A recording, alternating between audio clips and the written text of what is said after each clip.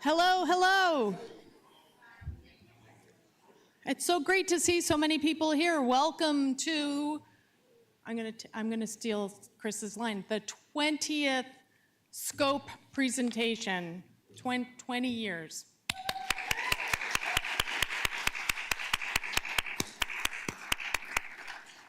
So we're ready to get started and kick things off. The live stream has already started, so welcome to everybody who's watching virtually, and welcome.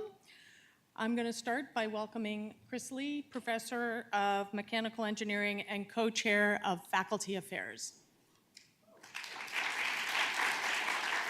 Hi, everyone. Thanks, Sarah. All right, so thanks, everyone, for being here and on the live stream. Thanks for joining us.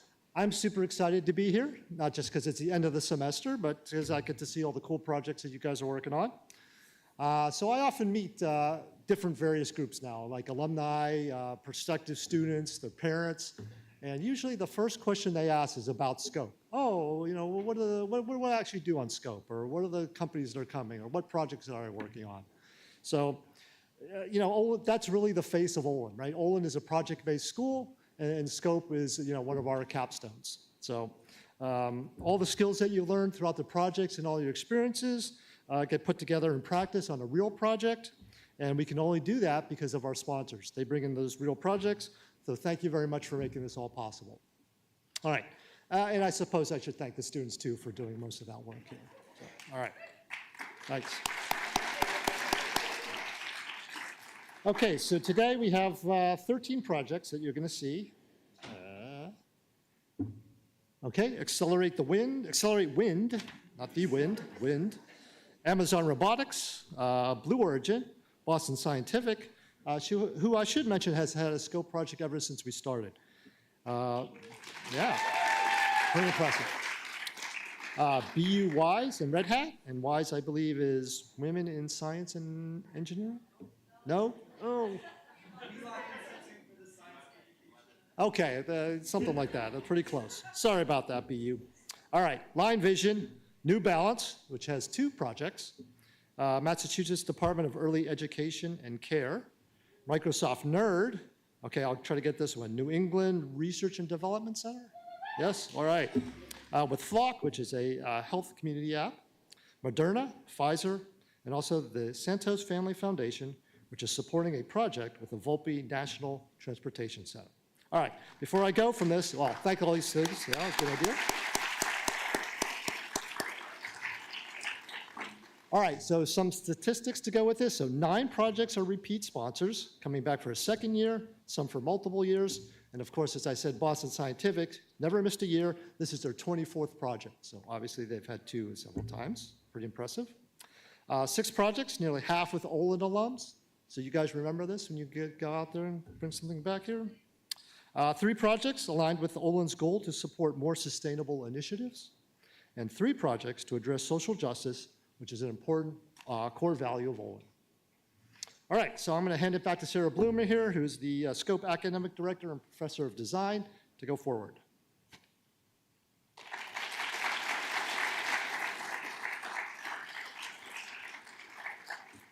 All right, so I'm going to tell those who don't know much about Scope what Scope is all about and what we do here. Okay, so Scope is it stands for Senior Capstone Program in Engineering. I'm the academic director. I'll be introducing you to the rest of the leadership team in a moment. It's basically a collaboration between the faculty, our sponsors, and the curriculum and the students. And it's a course, so we're basically delivering a curriculum, helping getting the students ready with professional skills. So, so we spend the year where our sponsors, who put in significant amount of time, actually meet with the students every week or every other week. And they are as important as the faculty advisors at helping to guide the students in terms of what the projects are. But we give our students a lot of autonomy. And the projects you're going to hear about, our students often figured out and crafted and shaped together with their sponsors, but brought a lot of their own ideas into the outcomes of these projects. So, as I said, it serves both the students and the sponsors, and we really Oliners like to be challenged, so we want to pick those projects very carefully. We pick projects that allow us to have a good opportunity for the personal and professional development of the students, but also create real value for the sponsors. And so what we do is there's three types of projects that a sponsor might bring to us or might have on their books. And one is their mission critical projects that they're already working on. So obviously we're not going to help with that. The second types of projects are projects that have significant potential value. And it may be that they can't get started on it yet, maybe they don't have enough employees to work on it. And then there are the projects that are topics which would be nice to explore. We're really not interested in those. They're really not challenging enough for our students. Right, Oliners? Yeah, and you'll hear about that. So we aim for the projects with significant potential value, and as a result, much of what our students end up doing gets taken on by the sponsors, and they apply all different, you'll see there's such different types of projects, but the sponsors get a lot of value out of it, not just because it's nice to know, but they can actually take it on and use what the students create. So they take a lot of different forms. There's the exploration of new product directions, there's product enhancements, so perhaps there's already something that exists and we're adding to it. There might be manufacturing challenges that we can solve on behalf of a sponsor, or we might be creating improved user experiences and working on software. They're also different in terms of what disciplinary domain they are, so we'll often have multidisciplinary teams. There's social, technical, and ethical contexts as well, which Chris alluded to. They have different starting points and end points. So sometimes it's very much, start from scratch and end with something, and sometimes we're picking up in the middle. And then there's a lot of confidentiality constraints and IP assignments. So as a result, you might hear some projects where you're thinking, that's all they did. And in fact, you're not hearing all they did because we are under NDA to our sponsors. And so they're going to tell you what they can tell you. You'll get an opportunity to talk to them more in the poster session afterwards. And even then, there are things they're not going to tell you about. So don't assume because you're not maybe hearing the full depth of what the students did that they didn't do a lot more.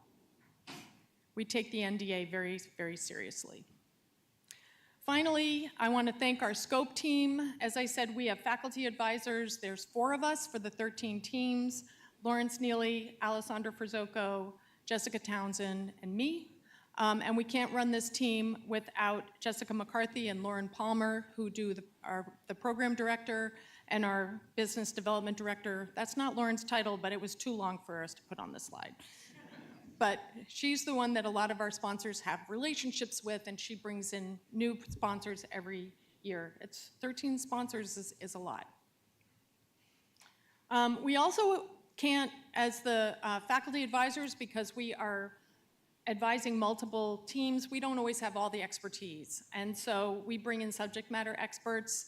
This year we had Steve Matsumoto also functioning as what we called a super SME. So he actually was working with many of the teams and helping them with a lot more time than we usually expect from our SMEs in our first semester, and that was hugely impactful.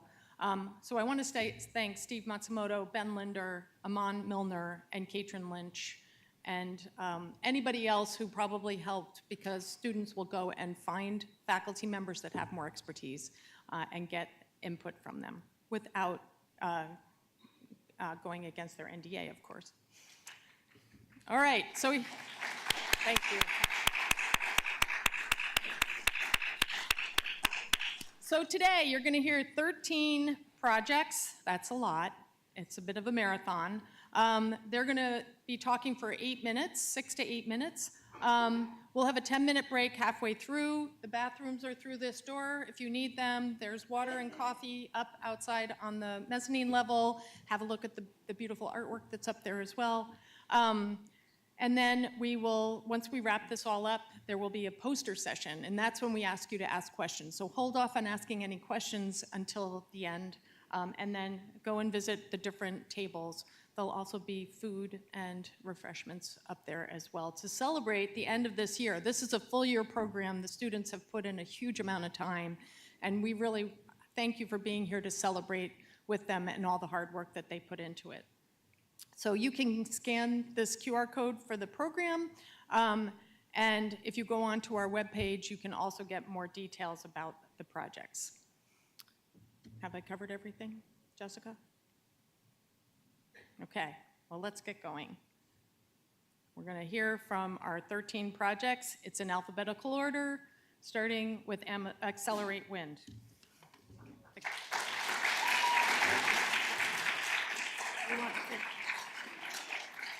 We're not using those. We can't use those. Oh, I thought they but said you on can the- you can use this, Okay. or Yeah, I can use that. okay. Do you want this one?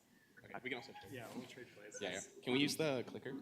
Yes, you can use Okay. Can we unplug it, or will it? Yeah, just unplug it. Sorry, unplug it here. Oh, unplug it there. Okay. Okay.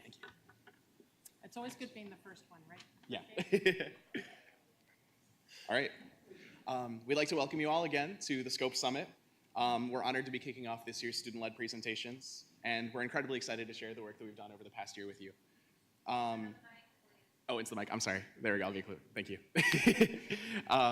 So without further ado, we invite you to join us in installing the future of wind with our sponsor, Accelerate Wind. First, I'd like to introduce our team. I'm Gabe Zach. I'm joined by Philip Post, James Jagelski, and Lauren Alajala. Since 1950, global emissions have increased almost sixfold. In 2023, we emitted 35 billion tons of CO2, and these emissions contribute to global warming. This leads to rising ocean levels, extreme weather events, and disrupted access to food and water. It's vital for the sake of our planet and our people that we work towards a more sustainable future. A key component of making our world more sustainable is decarbonizing the built environment. As we move towards this, it's important to note the impacts that commercial buildings have on our global carbon emissions. Last year, they made up 6.6% of all emissions. Accelerate Wind is trying to address this with their edge-of-roof wind turbines for commercial buildings, which can dramatically increase the amount of energy that they can produce on site. So you might be asking, why would you put a wind turbine on the edge of a roof? There's two really good reasons. First, wind speeds up as it passes over the edge of a roof. This means that you can have a relatively small turbine produce a lot of power compared to a comparable turbine in a wind farm. And the second is wind really, really complements solar. Installing on the edge of a roof means that you can take up space that solar can't. And so together, wind can generate power along with the solar, meaning that together they better meet a building's needs, reducing their reliance on fossil fuels. Accelerate Wind's currently in their prototyping phase, and they're working up to scale up their operations in the next few years. And for them to secure market acceptance, they're going to have to establish a safe, fast, and cost-effective installation process. This is where our team comes in. Our project objective was to explore and clarify the installation process for them. We focused on structural and electrical connections along with support and documentation, and we did this through three major projects, those being turbine mounting, wireless communications, and an electrical installation guide. Let's start off with our work on the turbine mounting project. As you can see, commercial buildings, they vary a lot.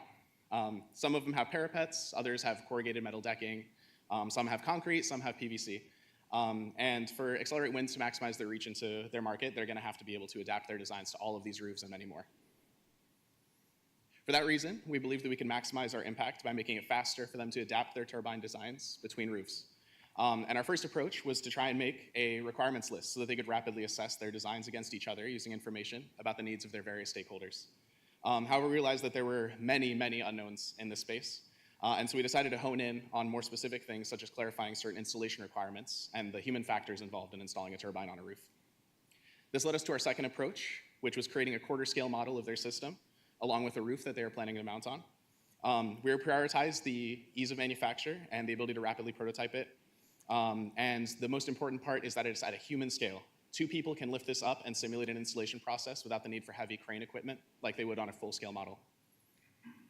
This also led us to identify a lot of ways that we could improve their design for manufacturability and assembly. We were able to identify parts that were error-prone, such as these 2 distinct but easily confusable parts. And we were also able to identify the parts of their assembly process that were the most time-consuming and costly to make errors on. We were able to take all of this information and feed it back to them, allowing them to optimize their future work for both design for manufacture and design for assembly. Now I'm going to hand you off to Philip, who's going to talk about the electrical installation guide.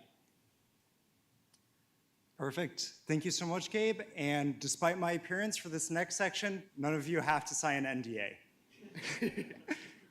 Oh. So now we're going to switch over from mechanical to electrical. As Gabe really highlighted at the start of the presentation, accelerated wind is at this really exciting phase where currently they're at experimental, but they want to move to production and commercial installation. So our process throughout all of this was how can we make this transition as seamless as possible so accelerated wind can immediately go to deployment when we hand over what we did. In the spirit of Olin, learn by do. So by do, we built the entire commercial electrical system.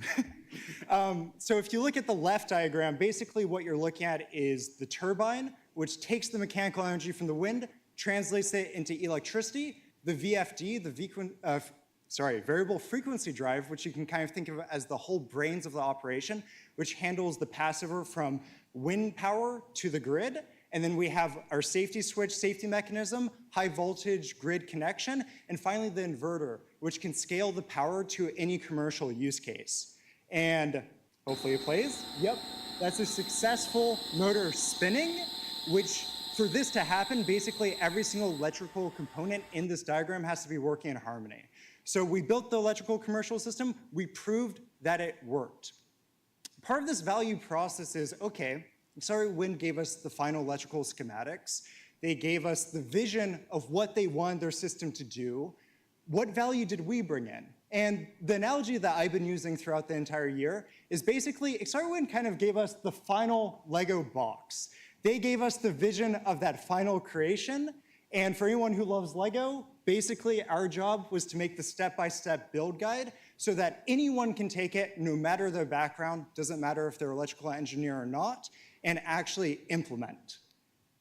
Here's of a very, very long document. We just had to choose a few of our favorite examples. So going from left to right, we had in-depth photos of every single electrical connection, where to wire everything, which wire to which. In the middle, you're seeing a high-level electrical schematic, and our documents further zoom in on every single component. So in plain human language, you can know what should be doing what and how it should be performing. And lastly, you'll see yours truly in protective equipment, because we are dealing with a high voltage electrical system. So as part of this, we underwent OSHA training and built our documentation in accordance with electrical guidelines because we want no one to get hurt.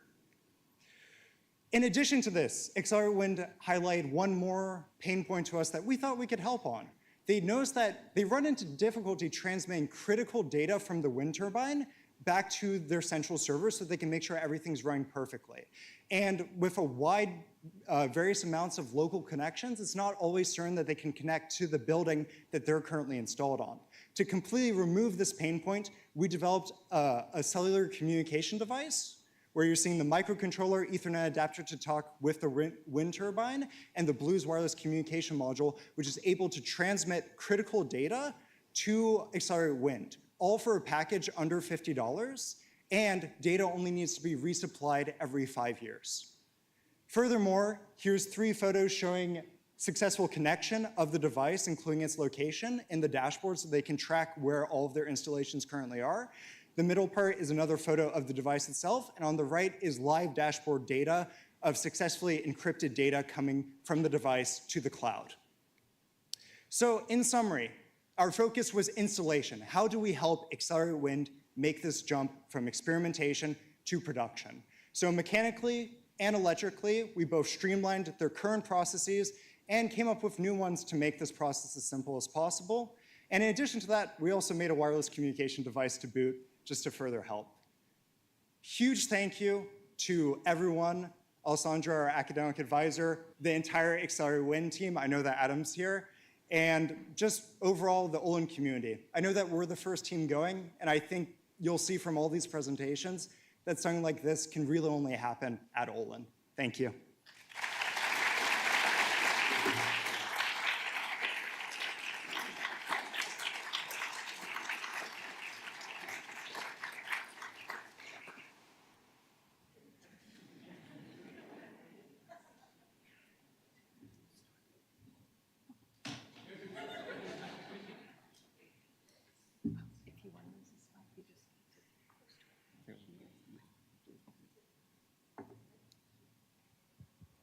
Hello, everyone. We are the Amazon Robotics Scope team, and this year we worked on robotic manipulation using tactile sensors. Hi, I'm Evan, I'm Miranda. and we worked with Stephanie, Jess, Arturo, and of course our robotic arm, Duo. Special shout out to our faculty advisor, Alessandra, as well as our Amazon Robotics liaisons, especially Michael from the Olin class of '06 and Sparsh from the class of '22. So to understand this project, we need to first talk about the scope, no pun intended, of robots in Amazon warehouses. Chances are a majority of the packages that you have ordered from Amazon has been handled by a robot in some shape or form. Whether it's being moved by one of the 750,000 mobile robots in a fulfillment center, or it's among the billion being handled by a robotic handling system, it's proven that robots have become crucial to Amazon's shipping operations. So we're going to zoom in and talk about how robotic arms are currently being used in this space. So this is the process of how a robotic arm currently handles packages. First, it uses a camera to identify the package, and then uses suction to pick up the package and move it to a desired location. However, there are cases where this process just isn't ideal. Take this image, for example. This is a pod from an Amazon fulfillment center. These mobile shelving units hold a variety of loose products like jewelry, iPhones, even dog food. Now, first of all, vision, in this case, isn't readily available. If you have a camera that doesn't have line of sight of the product you want in a cluttered bin, or tucked away in the back or covered by something, a robot can't see that. Secondly, suction always isn't the best option to pick up things. Suction works well for flat, rigid bodies like cardboard boxes, but they struggle with oddly shaped, asymmetrical, or deformable objects. In this case, these are limitations that need to be addressed in Amazon's robotic workflow. This is why we are pursuing grasping as an alternative means of manipulation. Not only can they hold a variety of different types of objects, they also can use tactile sensors, which gives us information about the object properties by measuring the forces that the tactile sensors can measure. That brings us to the main goal of our project. Amazon Robotics is interested in investigating how tactile sensors can best be used to enhance robot ability in manipulation. That's a pretty broad research question, so to get more specific, we are experimenting with using tactile sensors to improve the accuracy of throwing small objects using a robot arm. Using the sensors for a specific task gives us a good way to measure sensor information usability using metrics such as throwing distance and accuracy. Throwing in particular is a good testbed for this because it is so involved in both sensing and manipulation. The project as a whole can be broken down into two major questions. To do this project, we need to decide what type of sensor we should use and how we should use it. So let's start with that first question. What is the ideal type of tactile sensor? We investigated 3 different methods of measuring and interpreting force measurements. Displacement, optical, and electroactive. If you want to know more about any of these methods, we encourage you come by to our poster session later today. The sensors that you see on screen now were selected as representatives for each of those 3 categories. We experimented with each of those sensors using test objects that varied properties such as size, friction, and weight. We also tested measures separate to the objects, such as their location within the robot's gripper. After doing this experimentation, we landed on our final recommendation of sensor type, optical. GelSight, which was our representative for the optical category, was able to act as both a flow displacement sensor and as a camera. Using both of these methods at the same time gave us the strongest picture of both the properties of an object and its location. So now that we have our tactile sensor, we now need to know how to best use the information we're getting from it to inform our throw. So using the object properties we can extract from the data we're getting from the sensors, we investigated 2 types of control methods to improve our throwing accuracy. We have grip control and throw control. So for throw control, the robot will pick up a ball, sense its weight, and determine when during the throw to release the ball to get it into the cup. With grip control, the robot will pick up the ball, sense the location of the ball within its grasp, regrip it until it's in the ideal location, and then throw it into the cup. Through experimentation, we discovered that the position of the ball within the grasp of the robot had the biggest impact on the accuracy of our throw. So what we did is we split our sensor into 9 different regions and measured the accuracy of the throw within those regions to determine where to best hold the ball. And now that we have our tactile sensor and our control method, we can successfully test our robotic work cell, which looks like this. In the top right, you can see a blue dot, which will represent the location of the ball within the grasp of our throw, and those little red arrows measure the forces acting upon the ball. As you can see, the robot is adjusting its grip until it's in the ideal location in which it will pick up the ball and then throw it into the cup.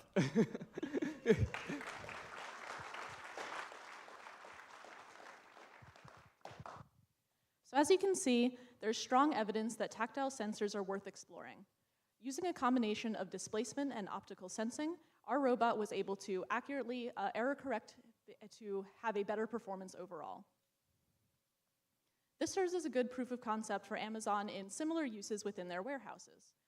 We believe that by using tactile sensors, Amazon should be able to increase the efficiency of their operations, and we can fill in the gaps where the current manipulation strategy of suction is not appropriate.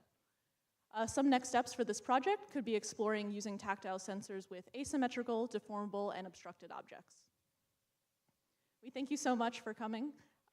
If you'd like to know more about our project or see some live demos, we encourage you to come to our poster session later. Thank you.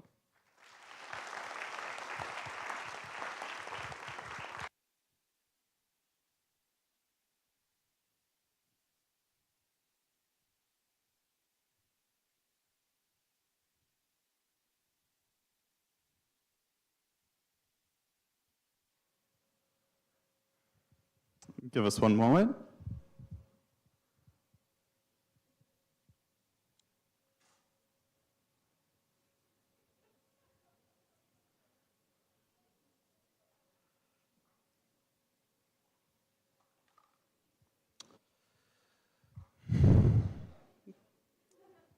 Okay. So it is my pleasure to be presenting to you today Blue Origin Scopes team, which is a CNC conformal coding machine. Our team is made up myself, Jacob Prisman, as well as Rowan Janssens, Joseph Gilbert, William Skelly, and Danny Burns. Our liaisons are Alan Tate, David, Federico, and Sarah, as well as our advisor, Lawrence, and a special thank you to Connor, who helped out with software for our project. So, our project is a CNC conformal coding rework machine. This is a semi-automatic robotic spray coating machine for simplifying and accelerating Blue Origin's current in-house PCB work process. PCB stands for printed circuit board. And printed circuit boards are the heart of the modern world. You find them everywhere, from inside of your smart devices like a phone, to an automobile, this very projector, and in our case, rockets that go into space. However, circuit boards can be damaged by many environmental factors.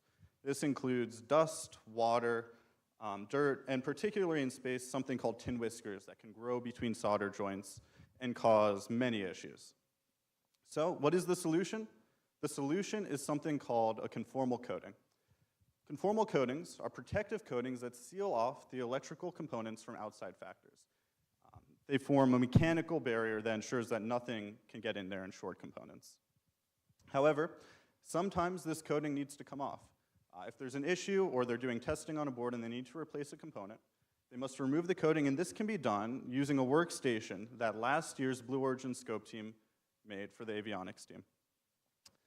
However, after the coating is removed, it also needs to go back on for qualification testing and for further use of the board. Normally, this is either done by manual rework at Blue Origin, which is done with brushing, or it is sent off to a manufacturing facility to be done. So either, if it's done by a brush, it's inconsistent, or if it's sent off, it takes a whole lot of time, both of which are bad. So how will Blue Origin improve their conformal coding rework process? That's where our team comes in. So that was the task we were assigned, and our process started with industry visits, going to explore what the status quo is, learning about it, and learning what some of the issues are. We then defined our requirements, did architectural trade studies, prototyped our system, characterized our spray valves, and made a polished, finished machine. Starting with the industry visits, we found right off from the beginning that these machines can be really finicky and difficult to use. For example, we talked to one engineer who had spent 8 months working with a refurbished machine and still hadn't gotten it online, still was not making any money from the machine. And these machines exist. They can cost anywhere from $40,000 to $100,000, but they're designed for large volume production, and they can be difficult to use, and they're not designed for the specific sizing and requirements that Blue Origin has.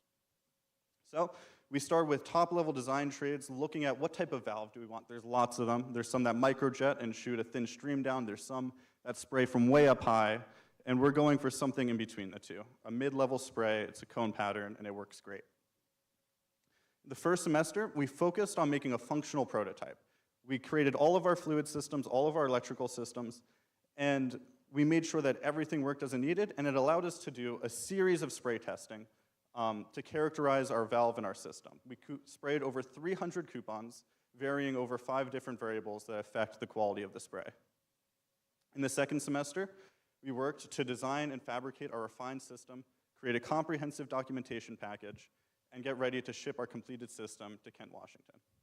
So now, without further ado, the moment you all have been waiting for, I present to you our machine.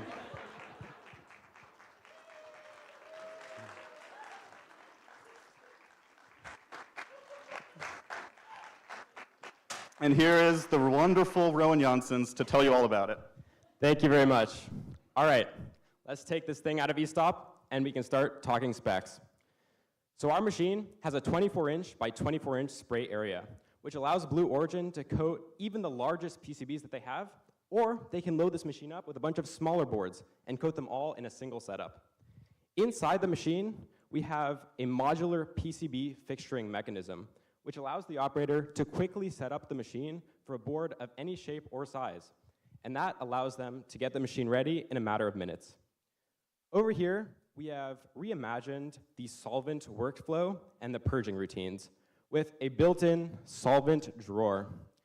If you pair that with our quick change toolhead, it makes the whole process of swapping in and out the conformal coating cartridges and performing purge routines a really simple task.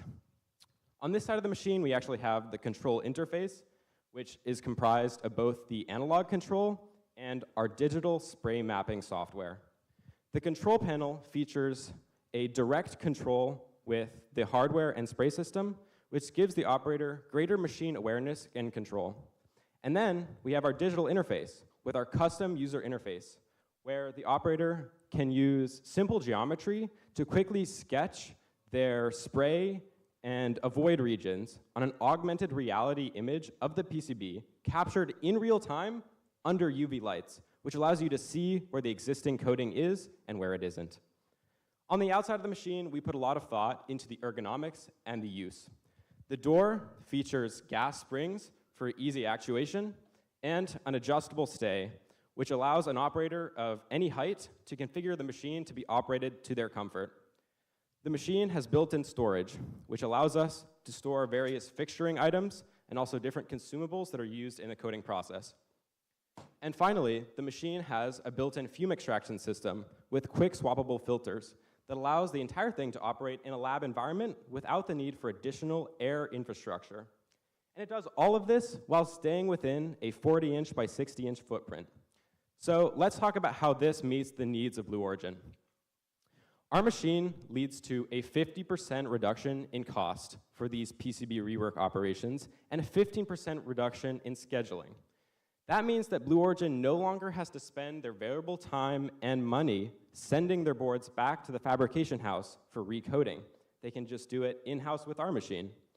In addition, our machine boasts improved coding consistency and repeatability, which means that you no longer have to worry about the variability introduced in a hand-applied brushed conformal coating. And finally, we believe that our streamlined user experience outperforms a lot of the other products that exist on the market today. And that's why we think our machine is the perfect solution for Blue Origin's problem. And we can't wait to tell you more about it at the poster session. Thank you.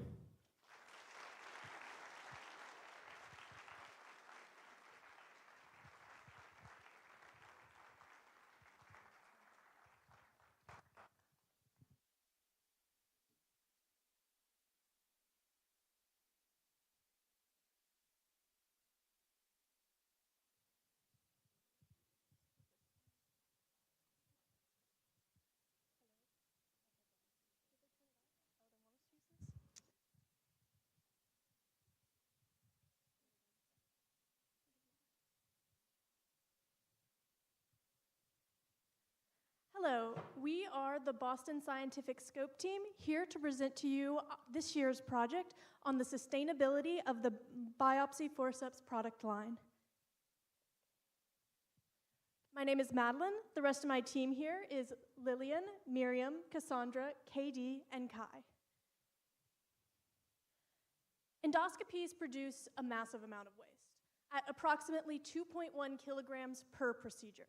Now, this may not seem like much on its own until you realize that endoscopies are so ubiquitous that they are performed at a rate of millions of procedures per year. That 2.1 kilograms really adds up.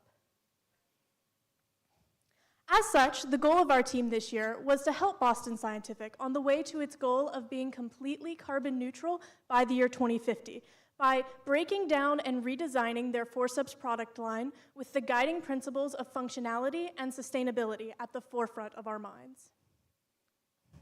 But let's take a step back. Before we get into the project itself, let's talk a little bit about what exactly an endoscopy entails.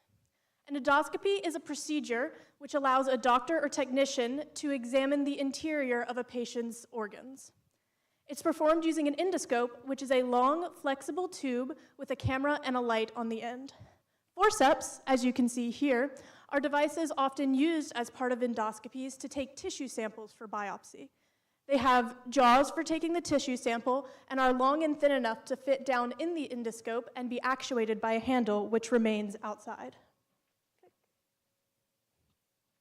To pinpoint which areas of the current design could benefit the most from new consideration, our first order of business was to perform a life cycle analysis of the carbon emissions from the forceps from their creation to their destruction. To do this, we broke down each component of the forceps, weighed them, and researched their materials to figure out how much carbon was emitted from their creation and their incineration. Furthermore, we worked with Boston Scientific to get data and calculate the impact from the transportation. The chart you see here is a synthesis of all that information. We discovered that the creation has by far the largest impact on the overall emissions, while transportation is nearly negligible. This life cycle analysis set the stage for the rest of our project, informing our design decisions and providing a framework by which we measured our success. So as Madeline mentioned, when we were creating our LCA, we took the forceps product and broke it down into its individual components.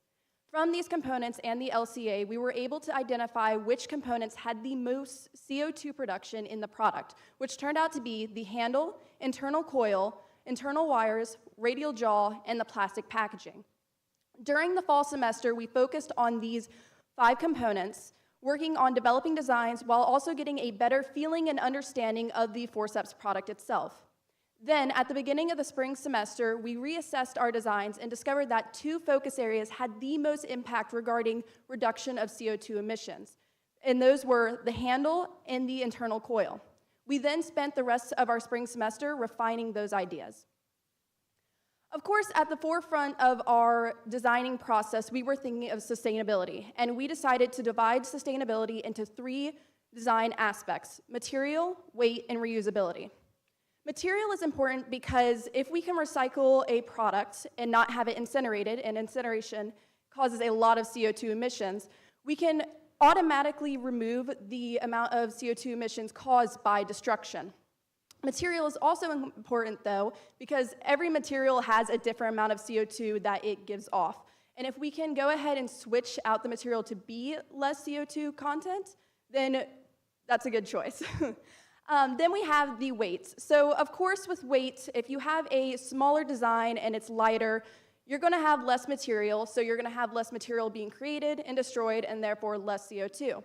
Weight is also important regarding transport, though. This is using the assumption that with a smaller product with less weight, fewer shipments would be needed in order to meet consumer demand.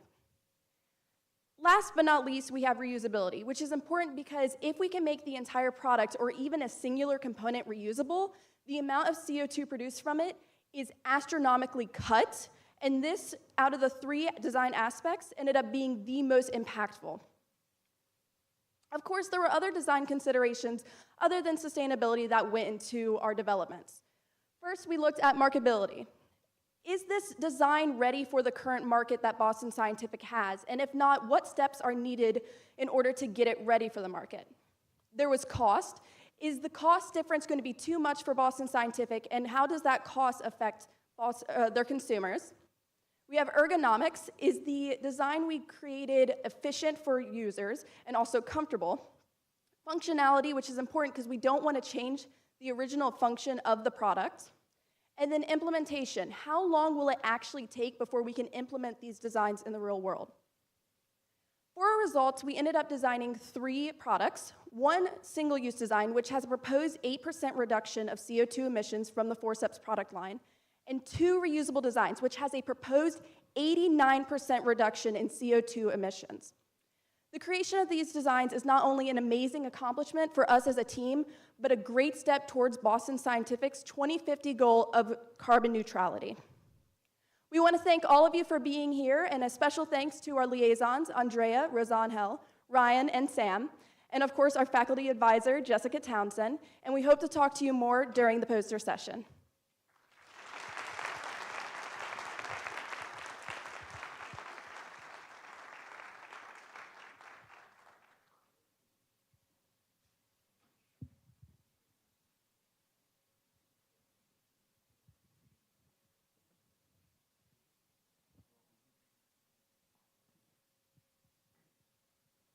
All right, hello everyone. My name is Richard. Today I'm joined by Anmol, Aaron, Cherry, and Prisha. We spent the past year working on an application at the intersection of AI and K-2 literacy development, and we can't wait to share it with you.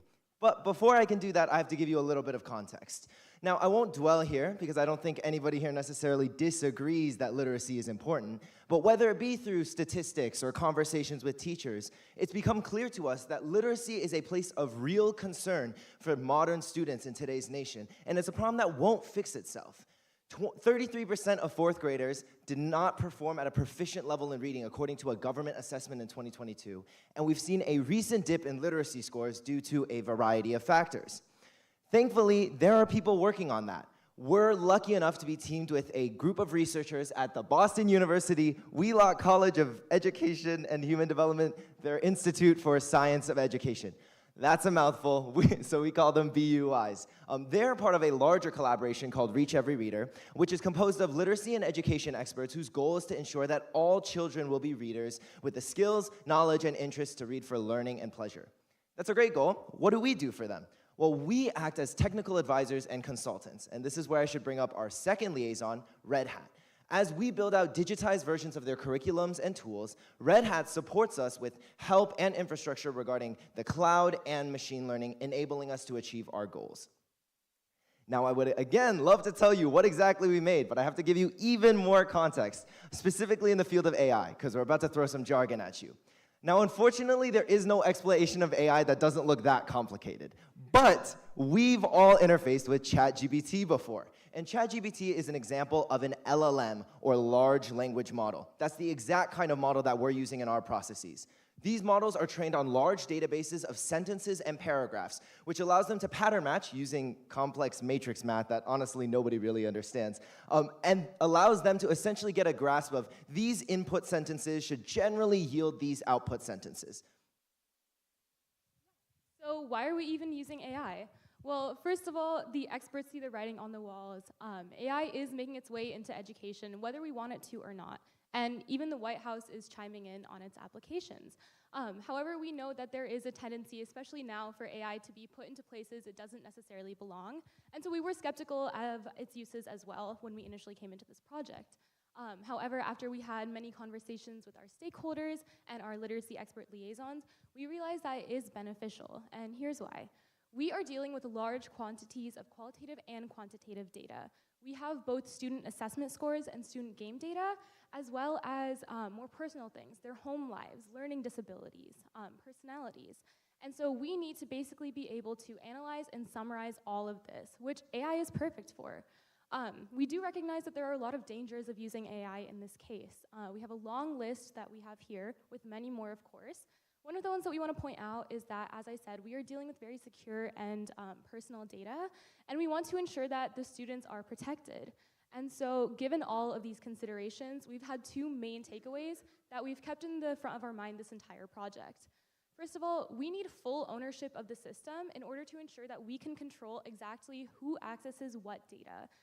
And secondly, we need to augment and not overtake the role of teaching. We know that AI is often taking over a lot of people's jobs, and we don't want this to be the case because teachers play a very important role in our society. Fantastic. I think that's enough context surrounding AI and how we used it. We can finally show you what it is that we made. We made a dynamic assessment and independent practice tool. That is an end-to-end web app where students play literacy games and teachers are able to see how they perform at those literacy games. I will begin by admitting the UI is very much in a prototype stage, but there are a number of cool features that I want to highlight for you. First off, it's AI-powered. Now, hold on, I know that can mean anything, so we'll get specific here. We want our AI to do two things. The first thing is we want it to summarize student performance for teachers and parents. Now, the number one issue that we noticed, and teachers will happily confess to you, is that they simply don't have the bandwidth to understand how all 30 of their students are doing at once. AI, fortunately, does not have this limitation. Of course, with the caveat of the right inputs. An LLM could give us an understanding of student performance and summarize it for a teacher at a level we've never seen before. Secondly, we want our AI to be able to generate new practice prompts based upon performance. That's that dynamic assessment piece. You may have seen something like this before, especially if you use things like Khan Academy or Duolingo, but those are largely still deterministic systems. That is, all of your inputs and mistakes fall into certain categories that always produce certain outputs. AI, on the other hand, can handle these kinds of inputs on a case-by-case basis, giving us a much better understanding and a much more fine-tuned dial to see how students are performing and adapt to that. The second thing that we want to do is integrate our application with the existing curriculum.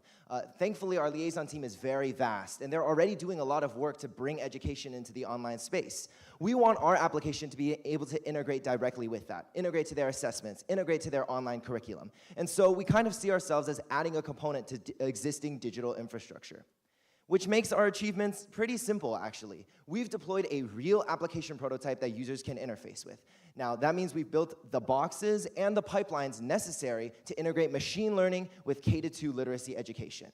We've backed this prototype with literacy and education expert support, thanks again to our liaisons, and we're blessed enough to have future scope teams to continue along the work that we've done. And so we've laid out software infrastructure for them to continue building out this project however they best deem fit. I just want to highlight a quick system diagram for you. I know it's really busy, but I only show it to you to say that there are a lot of components to a functional web app. There's a back-end database, a front-end, and a deployment toolchain, just to name a few. And we're proud to say we built it all from the ground up, which means if we want to store different information about students, we can. If we want the front end to display something different for students, we can. If we want to deploy it somewhere else, we can, because we own it all. And so now we're going to talk about the student and teacher view of our front end. We want to preface this by saying that in the interest of time, this is going to be pretty quick. So if you have any questions, please come talk to us at the poster session. And so from the student side, we have digitized our game that our literacy expert liaisons have created, and our main goal was to create an interactive and personalized game that will incentivize students to play. Now, this image is the admin dashboard that the teacher sees, and you can see that qualitative and quantitative data displayed. We have game data visualization, basically what were the mistakes, what did they get correct, the results of the game. And we also have the LLM summary of the class and individual students that suggests interventions for both, again, individuals and classrooms. And so again, we are dealing with very sensitive and secure data, and children are a vulnerable population. So we need to take extra care to ensure that their data is protected. We are obviously beholden to FERPA and COPPA student data protection laws that will help ensure that we are treating their data appropriately. And so we did this in two ways. We have role-based access systems with protected routes and cookies, which basically means that people can only access what we say they can access. A teacher can only access their classroom's data. A parent can only access their child's data. Second, we have encrypted storage and transmission of data, which basically means that we are making sure it's secure and protecting it from any unauthorized access. And so that's all we have for you today. Thank you so much for listening to our presentation. We really enjoyed working on this project, and we hope you enjoyed listening to it. So we want to give a special thanks to our faculty advisor, Jessica Townsend, Amon Milner, BUYs, RER, and Red Hat. Thank you.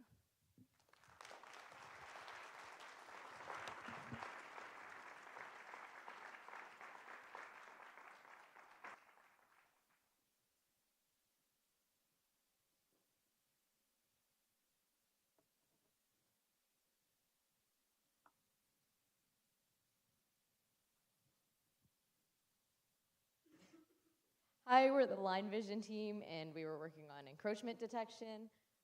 Before we begin, I'm Aditi. I'm joined by Amit, Daniel, Kate, and Olga. First, some background information. Power lines require monitoring to prevent encroachments or vegetation nearby from growing into their area of operation, for example, a tree branch. That's where LineVision comes in. Monitoring transmission lines is important because it allows us to maintain grid reliability by catching infringements early and reducing downtimes. So right now, LineVision is using a technology called LiDAR to accomplish this. And LiDAR uses lasers in order to measure three-dimensional depth. And it works great. However, LiDAR is pretty expensive to set up. It requires a lot of complex hardware with moving parts, and it's a little limited in the exact kinds of information it can detect. Now, using cameras and computer vision can allow us to be much more granular with the exact kinds of data we can collect, all while being more cost-effective and power efficient. So therefore, our driving objective for this project was to recommend strategies for deploying computer vision onto edge devices in order to detect encroachment on transmission lines. And when I say edge devices, I'm specifically referring to running computer vision on hardware at the power line site itself, as opposed to in a central server on the cloud somewhere. And here's an exploded view of what that might look like. So on the device, we'd have a camera that can take photos of our power line scene. We now have two computer vision models that can then analyze that image. So the first is something called a segmentation model. And this can look at our image and determine exactly where the power lines and the vegetation are. With that information, we can then run a depth estimation model, which can look at our image and find the distances between all of the individual pixels. And so putting those two pieces of information together, we can determine if there's any point where the power lines and the vegetation are too close together where that would make an encroachment. Lastly, the device takes this information and uploads it up to a web dashboard where a utility company can monitor it and address any risks as necessary. So how did we get to this full pipeline? The first thing that we did was create a data set for our model to train on, or basically learn how to identify different features. The first thing that we did was we acquired images from 3 different sources, Creative Commons images from LineVision, and also images that we captured ourselves. The next thing that we did was we annotated this data with polygons for the shapes that we wanted, and after that, we did some pre-processing on the entire data set to improve the contrast because power lines are thin and small. Finally, we did augmentations on segments of the data sets, so basically we transformed some of the images and parts of the images in order to mimic real-life weather conditions like wind, grain, with blurriness, noise, and rotations.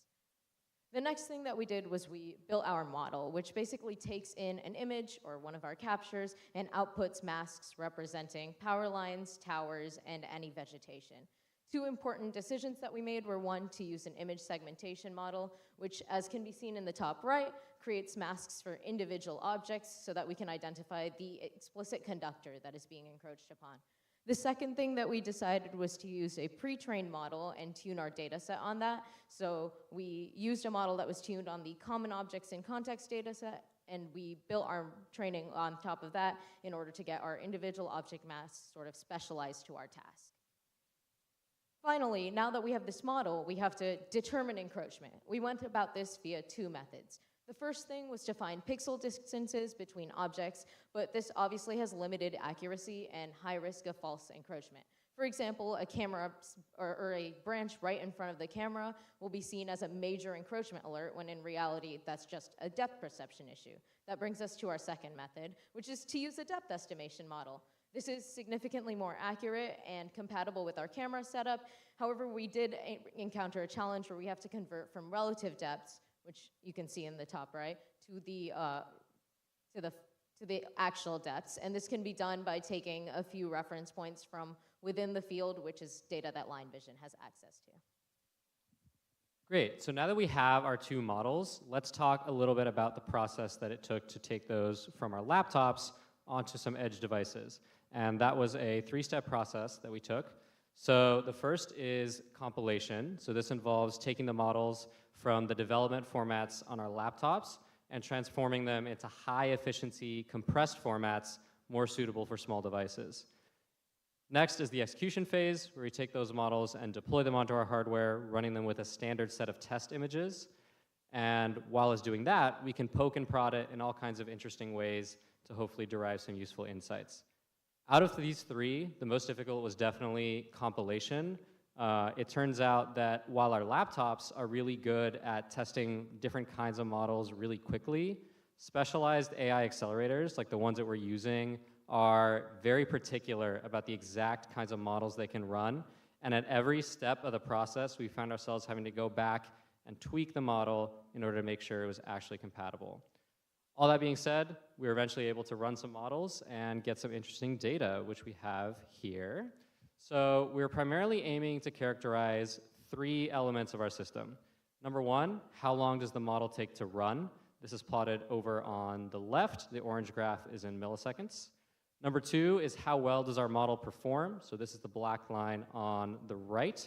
And we used a metric called mean average precision, or MAP, which is a number that can suitably wrap up many characteristics of the performance.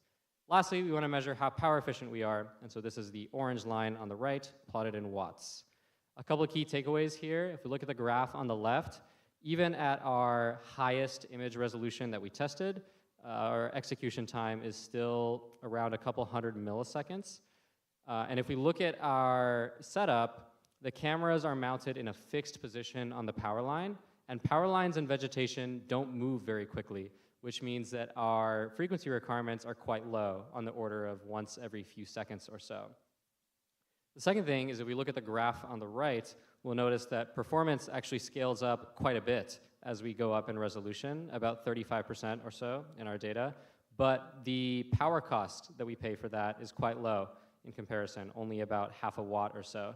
So therefore, we move forward with recommending developing for higher resolutions whenever possible, because the power cost we pay is so minimal, and because we're not really approaching those low frequency requirements. This brings us to our final recommendations based on what we tested and experimented with. The first is to create a custom data set with post-processing for changing conditions. The second is to train and fine-tune an instance segmentation model on said custom data set. The third is to use a depth estimation model in order to actually do the determining of what is being encroached. And the fourth is to consider hardware constraints early and develop for higher resolutions, as just mentioned. And some of the potential avenues we see for exploring this problem face in the future include expanding our data set from the current 316 images in order to provide a more well-trained model. As I mentioned before, the scene isn't changing very much over time, so if we can incorporate in some data about where we expect power lines and vegetation to be, we can build a much more confident model that way. We can use some custom data or some synthetic data to much better tune our depth estimation. And lastly, we can fix the last few compilation blockers we have in order to be able to run tests out on the field. With that, I want to thank everybody who was involved in this project, particularly our advisor, Alessandra, as well as Steve Matsumoto, our subject matter expert, our liaisons, Dom, who's in the audience, as well as Mo, and everyone else at LineVision for helping bring this project to life. And you all for listening. Thank you very much.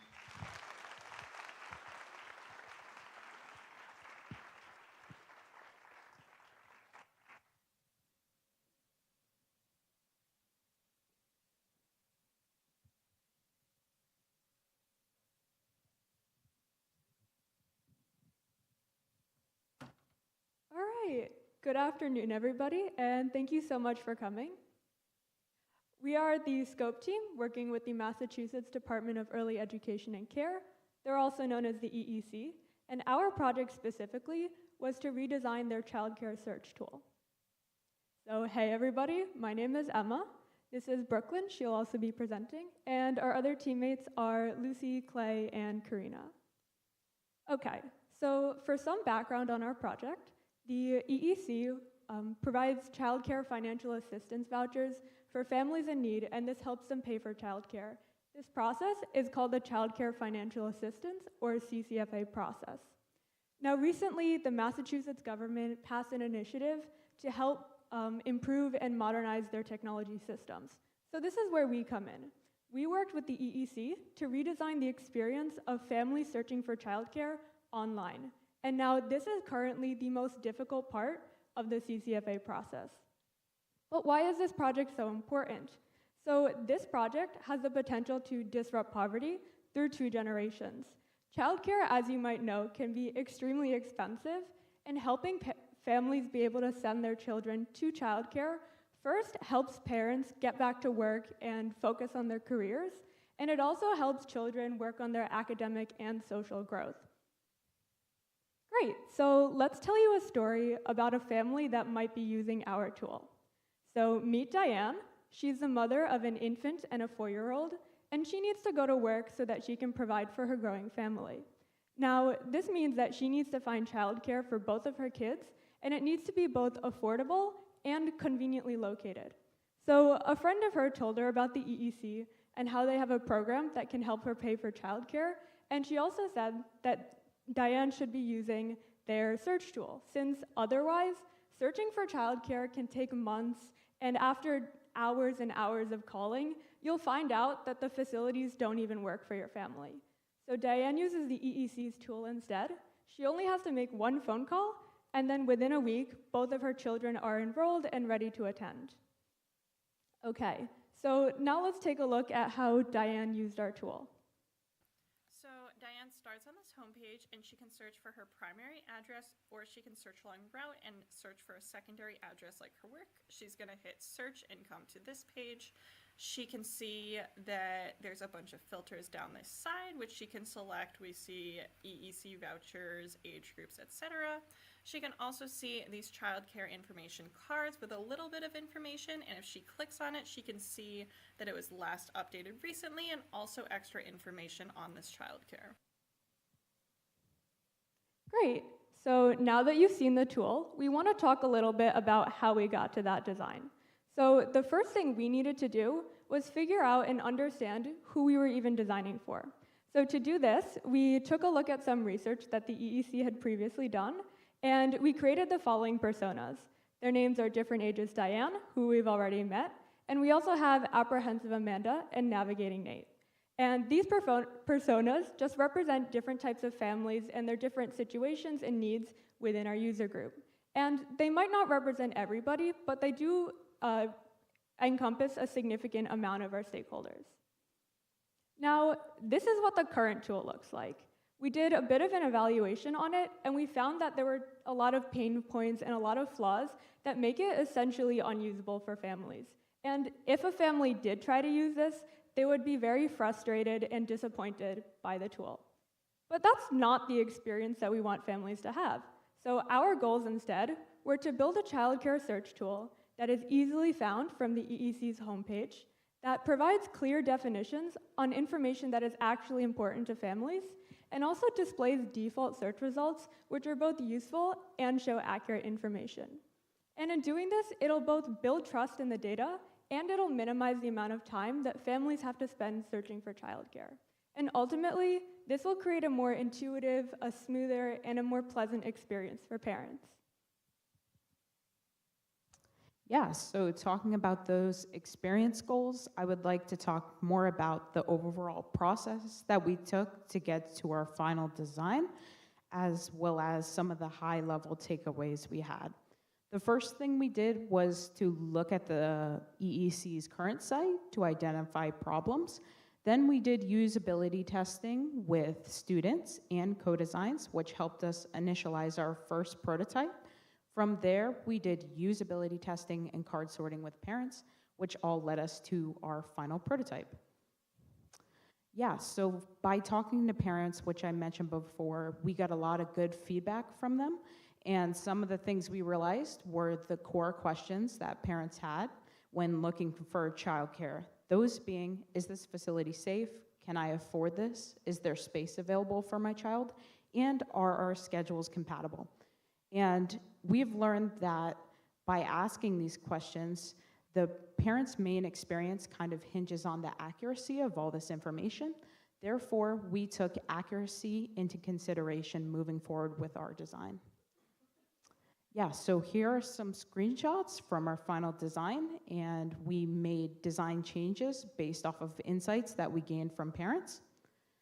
One of those being the transparency of information, which also ties back to accuracy. So we added a section here for when information was last updated, as well as having clear terminology and definitions for age ranges. Also, the information I mentioned before that was most important to parents, such as scheduling, availability, the age ranges that the child care is taking, we made immediately available after they search. And overall, looking at the information hierarchy of things, we went back and reordered everything to put the most important information to parents towards the top. Yeah, so talking about all these insights and the changes we made based off of those, we'd like to look back again at our persona Diane and how this affects her experience. Diane is the mother of an infant child and a 4-year-old, and we hope that by using this tool, Diane will be able to more easily and successfully find childcare for both of her children. She will also be able to return to work knowing that her children are safe and cared for and that the program is affordable and it meets all of their specific needs. Success in this program, we hope, will increase Diane's trust in the government, and as an additional benefit, we believe that this will increase the likelihood that Diane will use government programs again. Yeah, and thank you very much.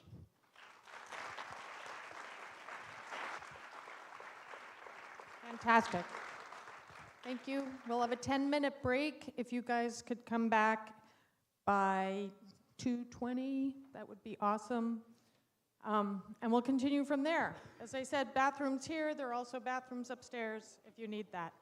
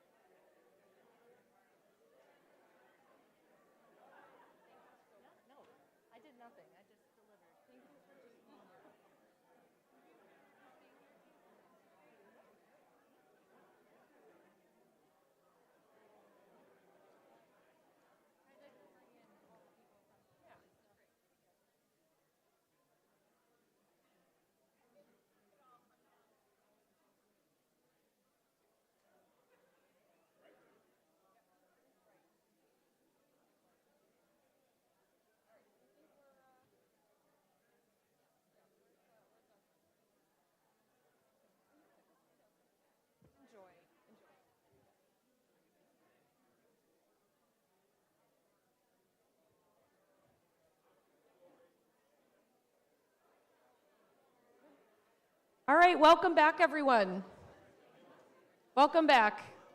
Before we continue with these amazing presentations, I want to take just a brief moment for one special thing we want to do. My name is Jessica Townsend. I'm a professor of engineering here. I'm one of the Scope faculty advisors, and along with my colleague Scott Hersey, who's sitting up in the back, the two of us are going to be sort of the co-academic directors of Scope in the coming year.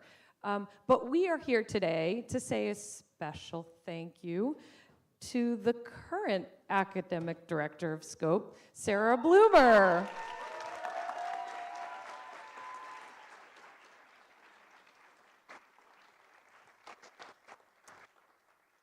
Three years ago, Bloomer, as she is affectionately known by the Olin community, cheerfully and fearlessly took on the leadership of this incredibly important and impactful program for the college.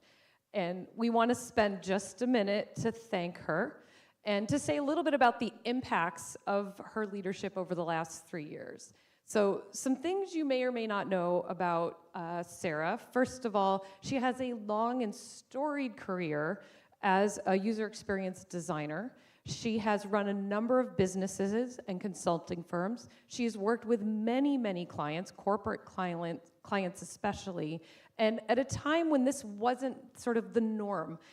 So she's been doing this for many years. We won't say decades, I think. So she brought that special sauce to her leadership of the Scope program. She also has a really soft spot in her heart for program management and project management, and especially supporting student project leads and project managers of our Scope teams and of many of our other project teams. So Sarah brought a curriculum into the Scope program that's something that we will continue to use going forward, and really an ethos of the way we support our student teams, and thinking about things like team bonding is not team effectiveness. Those are two different things. So Sarah really brought that into the program. A couple more things you may not know about Sarah that are important to share. Sarah loves birthdays, her own. So if you happen to be in her orbit over the last sort of 4 or 5 months, you might have learned a little bit about her love of birthdays.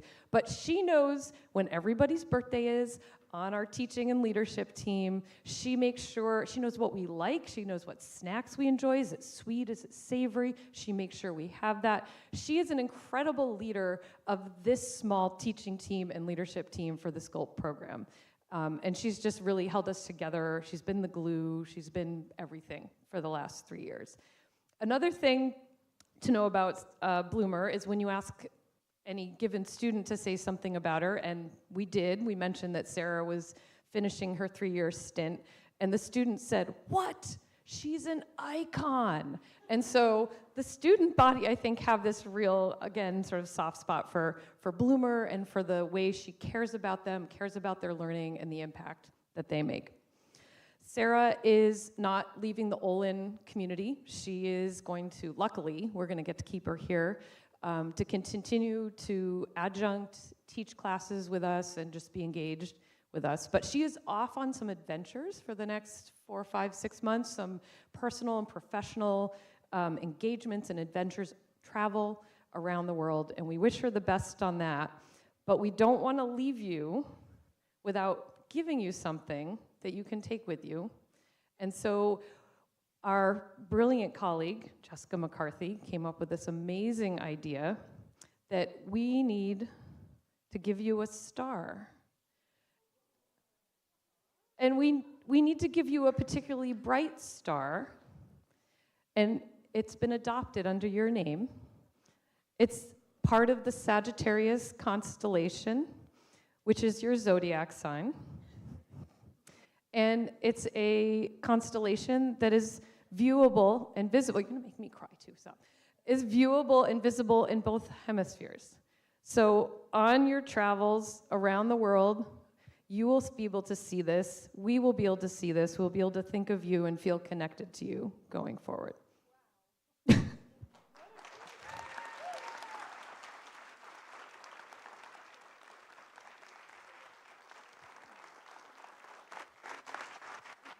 So On behalf of the teaching and leadership team of the SCOPE program and all of the faculty advisors and staff, I see you here, who have been working with Sarah over the last 3 years, we wanted to deeply, deeply thank you for your leadership and for your care.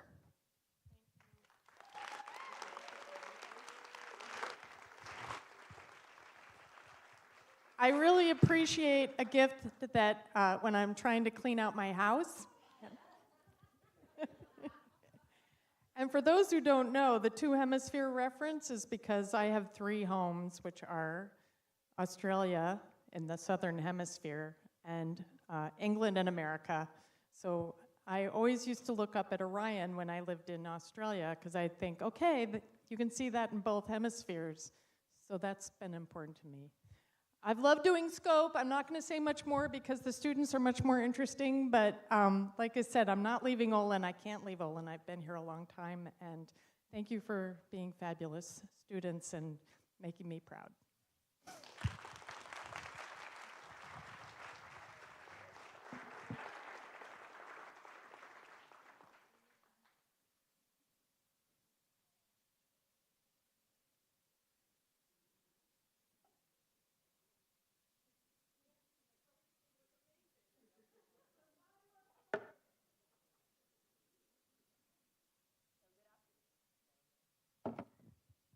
Good afternoon, everyone. We are the Microsoft New England Research and Development team, and we've been working on building a better consent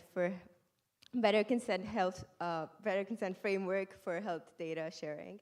I'm Vani Bhatnagar. This is Nora Evans. We have Kat and Daniel also with us. Okay, so before I start the presentation, I just want to quickly ask you guys, how many of y'all have consented to something on the internet recently? Many of us, right? So consenting to something on the internet right now has become such a routine aspect of our lives that we don't even think about clicking that checkbox or a simple button anymore. But for sensitive health data, however, especially for smaller communities, it is extremely important that this process is more detailed and involved because those communities are at a risk of being de-identified because they're so small. So Microsoft has a bunch of different user-facing research chapters, and one of them is Project Resolve, whose mission is to build health equity and social justice through collaborative, community-driven innovation. One of the communities it works with is Flock. Flock is a community facilitator and platform for a community of individuals who have metabolic disorders and their caregivers. The people with these metabolic disorders cannot process certain amino acids, which results in them not being able, or them just needing to have a very restricted diet and a lot of health data monitoring. Now, Flock has the ability to collect all of this data and help with different researchers to get more improved treatments and just gain more insights into these disorders. However, they want us to make a consent framework that would be extremely ethical and provides the users with a lot of control over what they're sharing and how they're sharing it. So this is where we come in. So we wanted to make a consent framework for Flock. But before doing that, we needed to define what a consent framework is. The way we defined it is in 2 parts, guidelines and implementation. So using an example of FRIES, which is Planned Parenthood's guidelines on bodily consent, saying freely given, reversible, informed, enthusiastic, and specific. These are the guidelines, and the implementation for these guidelines is verbal in the moment while the action is happening. However, in the context of digital consent and health data, verbal consent is not necessarily an option. We need to incorporate a lot of UX interfaces for us to actually get that information and get that consent.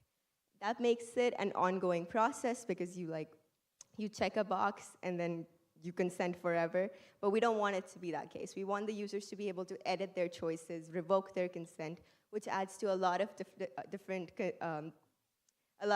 technical difficulties. So the way that we are working with this and addressing consent in this context is through our own guidelines called FAIR, freely given, active, informed, and reversible. These guidelines are made with the goal to prioritize user autonomy as well as promote trust between Flock and its community members. Throughout this process, we have made sure to incorporate a lot of user feedback and a lot of user input to make sure that our designs align with our users' values through a lot of focus groups and community co-designs to build our implementation. So to start, we looked into meta-consent, which was the closest aligned current model of consent. Meta-consent is really interesting because it allows users full autonomy over their data, choosing both what they want to share and how specific their data sharing is. It is also situational based, so they can choose different options for public research or private research. This is specifically used for biobank data. And here's an example of the implementation of meta-consent. As you can see, it's a somewhat complicated table. This is a great starting place for our community, but it does not meet the needs of it as it is complex and has a high barrier to entry. So we came up with our own. This is our new consent interface. This allows Flock users to sign up for research and empowers them to use their data for good. We are going to tell the story of Oliver, a caregiver with a child with a metabolic disorder. So to start, Oliver has to share some required data in order to continue in the study. This example study is focused on what food you eat affects your symptoms. So you have to share your diagnosis, your food data, and symptom data to continue. After that, Oliver has the option to choose what additional data they want to share with researchers. The more additional data that they share, the more likely that researchers could have a positive impact to the community. So Oliver decides to share gender and height, but isn't comfortable sharing the age or the weight of their child. Next up, the Flock community found it imperative that child assent is built into the consent process. Through co-designs, we separated children into 3 groups based off of their cognitive abilities. Group 1 being no child input, Group 2 being consenting to the study, along with some educational introduction to consent and data privacy, and Group 3 would be going through the whole consent process. Oliver's child is 2 years old, and so chooses Group 1. And lastly, we made it sure that people could actually reverse their decisions. So for example, on an active study, they would be able to request data deletion, edit their consent settings, and view data use receipts. So see exactly what Flock has sent to the researchers and when.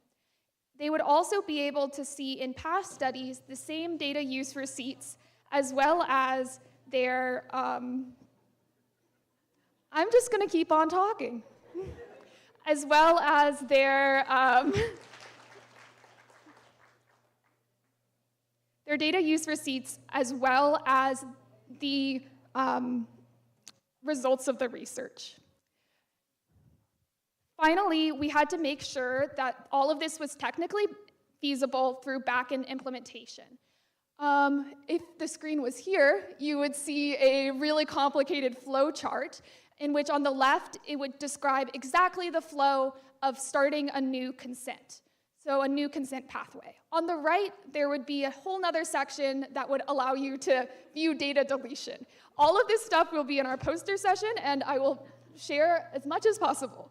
In conclusion, we have allowed the Flock community to have full control over their data, which empowers them to be able to use their data for good and to support their community, which is really cool and important.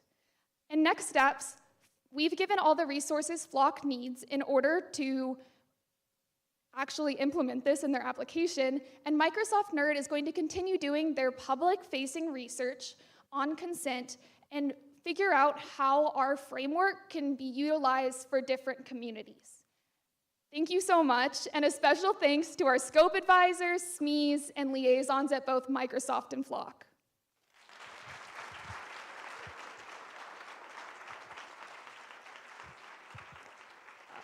If you guys want to know more about our data architecture and all the back-end things, please come to our poster session, because, yeah.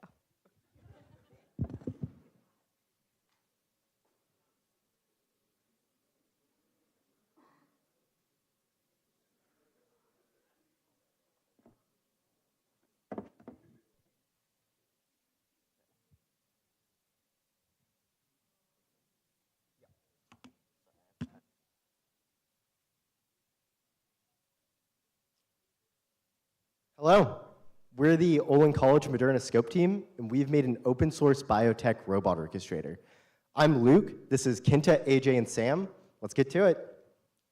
So we've been working with Moderna over the past year to identify and fix persistent industry problems in lab automation through software. Modern biotech labs are pretty crazy. So dozens of scientists will work with even more devices, sometimes ranging up to like tens of millions of dollars, to make lab automation and formula development faster, more robust, and more cost-effective. This includes things like centrifuges, robot arms, sub-zero freezers, really cool stuff.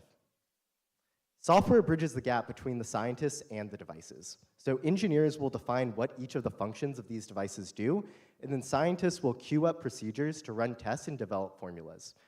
When this software works, it really works and speeds up drug development at places like Moderna. Unfortunately, current software just fails. Current software is stuck in the past in terms of problems of parallelism, where you can't run multiple devices at the same time, human intervention, and robustness, where when one device goes down, the entire system will go down with all of the data with it. So that's obviously unacceptable. And the third thing is just process development. Things are too difficult to define and use, both for engineers and for scientists. To tell you a little bit more about these problems, scheduling experiments is like making breakfast. So if we have the making eggs process and the making bacon process, we need the whisk and the griddle. If the egg process is whisking and then needs the griddle next, no one in the lab can use the griddle. Even though it's not being used, even though it's not impacting safety, you still can't run these devices at the same time. This is obviously unacceptable and how lab automation across the industry currently works. Second is intervention. If any piece of equipment goes down for any reason, if you inspect it, if it just fails, anything like that, all of the data from the procedures you've been running and the entire lab goes down and it can't come back up. This is really bad for process development. To fix problems like these, we've developed Vestra. So Vestra is the name of our software that we've been developing for the last 2 semesters, and let's get into some of the main features of Vestra. So one thing that really separates Vestra from existing lab orchestration software on the market right now is that we allow parallel workflows. And so what this means is that scientists are able to run multiple experiments at the same time instead of just one at a time, which really speeds things up. And even if these experiments, say, share the same instruments, so let's say a liquid handler needs to be used by experiment 1 and experiment 2, our orchestrator software is able to schedule these things and interleave these processes to make everything run smoothly. Also, our software is robust. We have a database storage in the back end, which means that a lot of the data related to the experiments will be stored in our database. And if something goes wrong during an experiment and the system goes down, all of this data will be saved and scientists will be able to see exactly what went wrong and be able to restart these workflows. Finally, our software is also standalone and open source, which is cool because now Moderna has access to all of our source code and can easily see how our software works, as well as be able to expand upon the software, say if they want to change their lab setup and incorporate new lab instruments into their lab, for example. So in accordance to our standalone and open source nature, we used open source tools to develop our software. We use Node-RED for our front end. Node-RED is a drag and drop interface, and that's basically our user interface for our software. We wrote most of our backend software in Python, and also we have a PostgreSQL database running in our backend.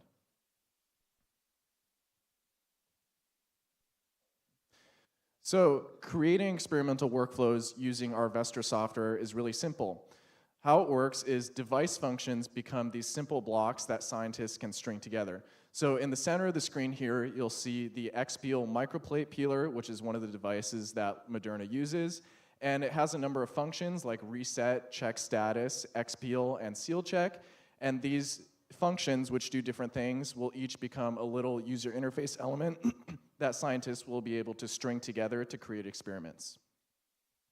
So creating these experiments is really simple. All you need to do is drag, drop, and connect using our Node-RED interface. So as I mentioned, each instrument function becomes a little block, and all you need to do to create an experiment is drag them into the screen, connect them together, and click Start. Here's a quick demo video of our orchestrator in action. So we're going to run 2 workflows in parallel. So on the right side of the screen, we have our UR3 robot arm. In the center, we have our XPEEL microplate peeler. And on the left side of the screen, you can see 2 workflows queued up in our Node-RED interface.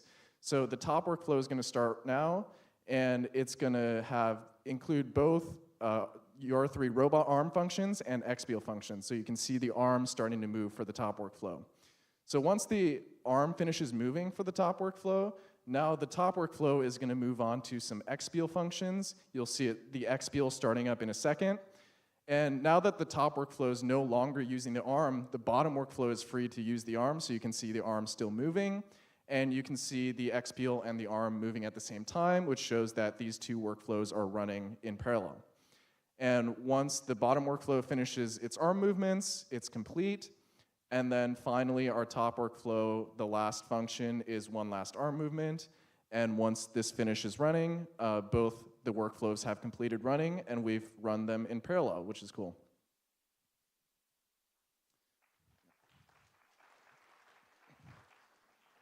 So that was our open source biotech robot orchestrator software. A big thanks to our liaisons at Moderna and our faculty advisor, Alessandra. And if you'd like to learn more about our project, please come see us at our poster session. Thank you.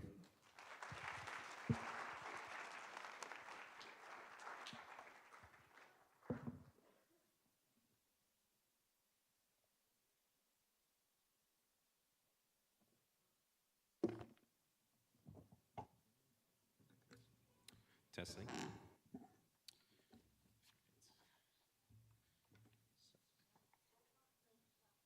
Huh? Oh, yeah. Oh, it's like taped on. Okay. Okay, are we ready to start? All right. Hello, everyone. We are the New Balance press team, and we've been working with New Balance over the past year to automate a quality testing process in their manufacturing line. My name is Mateo, and alongside me are Oliver and, my name is Teo, and alongside me are Oliver and Sahil. Today we will be sharing the work we've done to develop a solution that enhances efficiency, consistency, and worker safety in the quality testing process. So, currently, New Balance relies on a manual push test to perform quality checks on their shoes. Operators push with their thumbs at several points along the perimeter of the shoe to ensure glue adhesion meets New Balance's high standards. This process presents several challenges. First being that employees pushing with their thumbs risk repetitive strain injury, as one person can push on shoes up to 8,400 times in a single shift.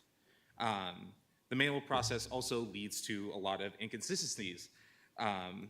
Depending on who the operator is, the force applied, and the interpretation of what exactly a gap is will vary. So, also, speed and efficiency are critical in manufacturing. Operators are extremely limited on the amount of time spent with each shoe before it moves on to the next station, which adds pressure to performance and increases the chances of missing some defect. So because of this, New Balance has identified this as a key intervention point for automation. So our approach was to address 2 questions. First, what is a gap? And 2, how can we open a gap? Focusing on that first question, a gap is defined as a section between the sole and the upper where the adhesive is not fully developed, which results in a small hole or gap forming. As you can see in our images, Gaps are very small, with sizes ranging from a couple millimeters to a fraction thereof, making consistent detection critical to ensure New Balance quality standards are met. So how can we open these gaps? We conducted multiple research sprints over the fall semester, each lasting about 2 to 3 weeks, where we rapidly prototyped and tested different mechanisms, ranging from grippers applying shear force to various types of actuators, fixtures, and more. These are just a couple photos from that experimentation phase. We iterated based on feedback from the New Balance liaisons, and this allowed us to develop an understanding of where gaps happen and find effective methods for opening each type of gap. So, for our project, we decided to focus on the toe area due to the relative difficulty of identifying gaps in this region compared to other parts of the shoe. This area has more complex geometry and high force requirements. This gives it the highest potential for improvement through automation. So with that, hello? Okay. So with that introduction from Matteo, I want to take a moment to talk about what we actually built. This is our solution. It's a 3-point pneumatic system for pushing at the three sides of the toe tab. And something that's really cool about this is it works equally well for both left and right shoes. It's also adjustable for the full range of shoe sizes that New Balance manufactures, as well as adaptable to different shoe models than just the Grain 99D V6s we tested on, which you can see on all of our feet here. And of course, it has a hands-free, consistent, repeatable, and easy-to-use design. With that said, I want to give you a quick demo. I'm going to just play this video and talk through it. So to start out with, you load a shoe onto the tool. You would just slide down the knob and locate it upwards off of this little plate to make sure it's set for the correct shoe size. Tighten it down, and then it's set and it's ready to run on as many shoes as you want to test. Then you just keep loading shoes on, center them with a laser pointer, and then fire the cylinder with a foot pedal. And you can see that this one opened up a gap. Then you repeat the same process exactly, where you do a second foot pedal for the two sides, and the entire mechanism rotates so that you can see gaps clearly. And that's how that works. The impact of this is that it really solves a previously unresolved issue, which has been longstanding at New Balance. The manual process, was not super repeatable, not super consistent, and standardizing it enables them to meet their quality requirements. It improves product consistency, of course. It reduces the risk of a repetitive strain injury due to no longer needing to push their thumbs 8,400 times at the same point every single day. And of course, it lays the groundwork for future automation at New Balance and expansion on this into other similar tests nearby on the line. Future steps, fortunately, we are going to be having this project continued by another scope team next year, so if there's any juniors in the audience, you might have this to look forward to. That's going to be a lot more additional validation and testing on more shoes, both different shoe materials, and just validation on more real gaps, as well as possibly adding additional push points at different regions on the shoe, and doing some in-depth on-site testing at New Balance to incorporate it into their full manufacturing process. I just want to say a quick thank you to the folks at New Balance, our liaisons Pat and Bryce, as well as the guidance from our advisor Lawrence. And thank you all for being here. Come check us out at the poster session if you want to test out our device. Thanks.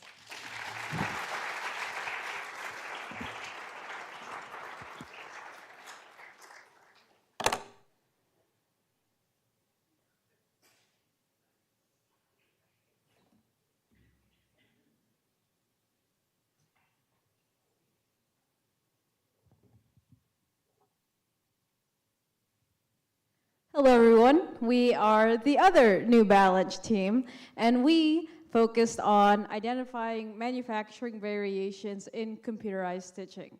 So, this is a team from the far end is Diego, Lauren, Bryce, myself, Diana, and Lily. So, what was our project? To give you some context, recently in the past 30 years, New Balance has introduced computerized stitching, which is going from instead of people stitching by hand, it's now a computer that follows a program and a path to stitch along the edges. And in this system, there has now been potential for variation that has emerged, and there have been multiple attempts to identify this variation, but no root causes have been found. So what does this look like? New Balance stays within the tolerance of 1 to 3 millimeters between their stitch and the edge. So anything too little or too big does not meet the quality standards and does not get sent out to the customer. So how does that process look like? In this picture right here, you can see the pallet, which is what the material rests on when it goes through the machine, and then we have the material that will then become the shoe. And in that current process, the pallet is made from a blank just sheet of plastic, and then the slot holes are cut into it, and then the pins are inserted into it. And then for the material, the shoe material is cut by the die, and then is placed on the pallet, and then you close up the pallet and feed it into the machine. And something we learned during our onboarding process was variation could easily occur within these 4 steps in the red boxes of making the pallet and then making the material and putting it into the machine. So, in order for us to test where variation could occur, we developed this test piece, which has features to identify the consistency of the machine as well as sharp corners and straight lines. And in part B, you can see that it has like a thinner strip of material to then mimic the thin strips you find on your shoes. So what does that look like? Here we have 3 pieces of our test pieces, or 3 pictures of our test pieces. And if you look close in these like identified parts, which are all the same, you can see that from the right to the left, the stitch like from the edge gets like, or like over there is like very close to the edge, like does not follow the quality standards, while here goes more consistent with what we want to see. So in measuring the variables and variance, we would make the test here at Olin, and then we would actually go to the New Balance facilities in Lawrence, Massachusetts to cast the test pieces and then stitch the test pieces, and then we would bring them back here to Olin to take pictures, collect data, and then synthesize that data. So for the materials, the variables we chose to iterate through were the synthetic leather, leather quality, multi-layer stitching, as well as multi-ply die cutting stitching. And what does that look like? So here on the left, we have a synthetic leather material of that inner part, and then the other one is actually a leather piece. And it's kind of hard to tell from this picture, but if you visit us at our poster session, we'll actually have the test pieces right there for you to see. And yeah, we will also have a palette that we made. So some of the variables we tested with the palette were foam, sandpaper, and pin count. So if you look closely at that picture, you can see that they have some modifications on the palette, and those little pieces are actually foam pieces that the operators have put on to reduce the variability of the variance that they see. So how does that, how do we collect our data? So we used a camera that was graciously provided to us by our liaison, Kelly, and then we made the test stand here at Olin to then mount our test pieces, and with the Cognex camera software, we would use the tools to identify the stitch and then the edge, and then we would use that software to extract our data, which will then go into our results. Sweet. So now that we have our processes out of the way, we can talk about our results. Specifically getting into how we're measuring this, we are talking about variation in our stitching from our stitch to our edge of fabric, which is considered our stitch margin. And to do this, we are looking at the standard deviation, which is how spread out our data is, as well as the coefficient of variation, which is how spread out our data is relative to the mean. And so first we did some validation tests to validate that the data that we were collecting wasn't seeing variation due to the way we were collecting it. So the first thing we did was we took one test piece and we took 30 different pictures of it and measured it through our Cognex camera system, and we plotted the distance from the stitch against each measure point here. And so here we see minimal range of distances, indicating that the variation that we see is not due to the camera system and the way that we are measuring. So this shows that camera measurement is not the source of stitch margin variation. The next validation test we did was against baseline data. We collected baseline data at the beginning of each of our tests, showing day-to-day variation across all of the tests that we ran. And so we compared our baseline data against our full data with the standard deviation, and here we show that our standard deviation for our baseline data is significantly less than that of the full data, indicating that the day-to-day variation is not the source of the stitch margin variation. This allows us to get into our actual data, which shows all of our tests against the coefficient of variance for these tests. Some important things to note here is that our region X leather, which is leather cut from a specific part of the hide, has a high coefficient of variance in its range and also in its median, as well as region Y leather, a couple boxes down. We also see higher variation from the control with the multi-layer stitching over multiple layers, as well as cutting multi-ply with the dies. On the other hand, we see that adding foam and sandpaper to these pallets reduces the variation. So from this, we can conclude that use of leather causes more variation, and that foam and sandpaper, adding those to the pallets reduces the variation. And lastly here, we have the standard deviation by measure point. This is to indicate how the geometry of our test piece and of the stitches indicate influence the variation that we have on our stitches.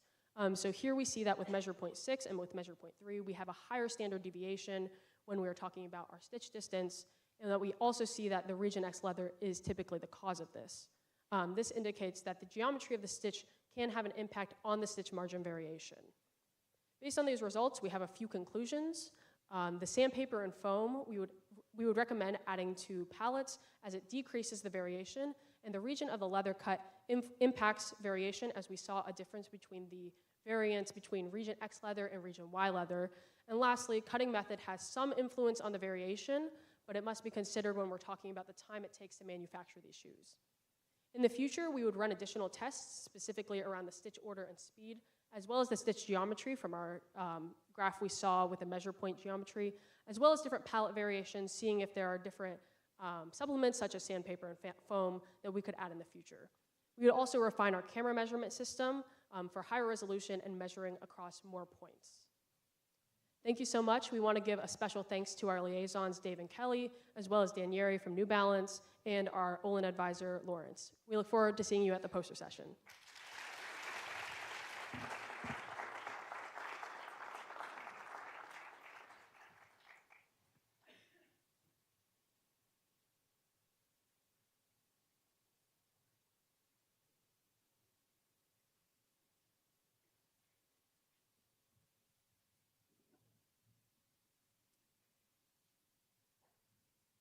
Good afternoon, and thank you for coming. Our scope team worked with Pfizer for the last year to create an optimization tool to improve their clinical supply process. I'm On. I'm Lily. And the rest of our team includes Maddie, Rayanne, and Mark. Our liaison, Pfizer, is a biopharmaceutical company that develops a broad variety of products, from molecule type to therapeutics to clinical trial phases, ultimately creating medicine and vaccines for people who need them. We work specifically with Pfizer's Global Clinical Supply Team, GCS. They're primarily responsible for sourcing and supplying the investigational product in clinical trials. Ultimately, they help deliver drugs to patients who need them. At any given point, they manage around 400 active clinical trials. And at the core of all their effort and their motivation is delivering hope to patients. Pfizer was a key player in developing the COVID-19 vaccine. During the pandemic, it was imperative for them to develop a vaccine as quickly and safely as possible.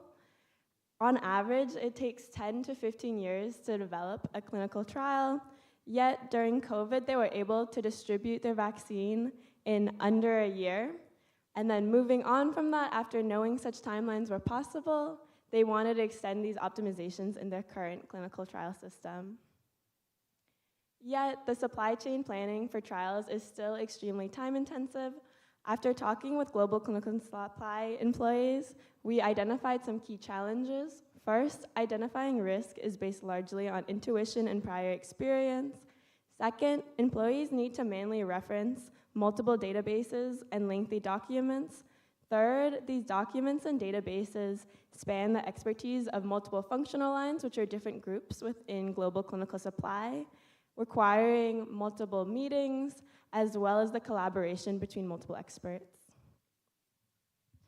So with all of these challenges in mind, this leads us to our project goal, which is to develop a tool to help identify optimizations within Pfizer's processes while also simultaneously minimizing risk.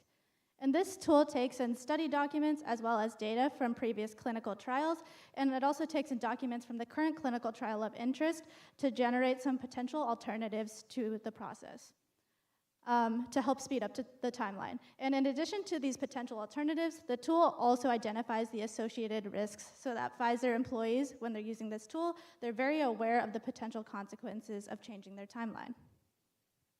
So our year was split up into 2 sections. The first semester was research, our second semester was development, and I'm just gonna focus on the research section for now. So we started off that semester with some background research into Pfizer as a company, as well as GCS as a team. And this gave us a lot of insight into how Pfizer operates, as well as the values it upholds and the general problems and projects that GCS works on. Next, we did a few one-on-one interviews with our liaisons, and this helped us identify the key wants and needs that each of our liaisons had so that we could better understand how our tool could address these. Next, we were given a lot of data, some data that was over 100 pages long, a lot of spreadsheet data, a lot of numerical data. So we took some time to really sit down and understand what each piece of data meant and how they all connected to each other. And lastly, we held several co-design sessions with our liaisons as we were designing the product. And this helped us to get quick feedback and thus quickly iterate on our design. Now let's get into what we created. Pfizer has a lot of text-based data, so we wanted something that would be able to input it and output something meaningful. Therefore, we chose to use a large language model known as an LLM. Although, as many of us may have experienced with ChatGPT, large language models have a tendency to sometimes output false information. Due to our use case, we wanted to mitigate this outcome. Therefore, we chose to use a retrieval augmented generation model known as RAG that retrieves relevant data for the output and reduces inaccurate answers. Before putting our data into the model, we have to process it by breaking it down into more usable chunks. As you can see in the diagram, the unstructured data first gets chunked and then stored in the model. Then when a user asks a prompt, it retrieves relevant data and then inputs that into the large language model so that it can output an accurate and well-informed response for the user. Pfizer has a lot of data security protocols. Therefore, we wanted to make sure our final product aligned with Pfizer's ecosystem to allow for a smooth tech transfer. We chose to use Amazon Web Services to store the data in the cloud and our model and React for our front end. We did a lot of our initial development and exploration and testing in Python using limited open source libraries. So now moving into the impact of this tool, again, the main goal of this project is to help optimize Pfizer's processes. And this tool does that by identifying optimizations as well as associated risks based on past data. So when Pfizer employees use this tool, they know that they are being supported with data-driven answers. And ultimately, this helps to optimize the supply chain, which leads to delivering supplies quicker and saving lives. And all of this ties back to the original motto of delivering hope to patients. So moving forward, we've already met with Pfizer's tech team to hand off our code and documentation, and this documentation includes not just information about our code base, but also our recommendations for how to work with and format data in the future, as well as all the insights we gained from working with large language models over the past year. The tech team is then going to take our solution and adjust the tech stacks so that it better aligns with Pfizer's internal system, which will allow this tool to be used freely internally. And lastly, of course, Pfizer's GCS leaders will ultimately be able to make more efficient and data-driven decisions. Before we head off the stage, we'd like to extend a very special thanks to our wonderful liaisons, Michelle, Val, Kristen, Wendy, and Sean, who we've worked very closely with over the past year, as well as our Pfizer tech team. And a special thanks to our advisor, Jessica Townsend, and the Scope teaching team. We hope to see you all at the poster session. Thank you.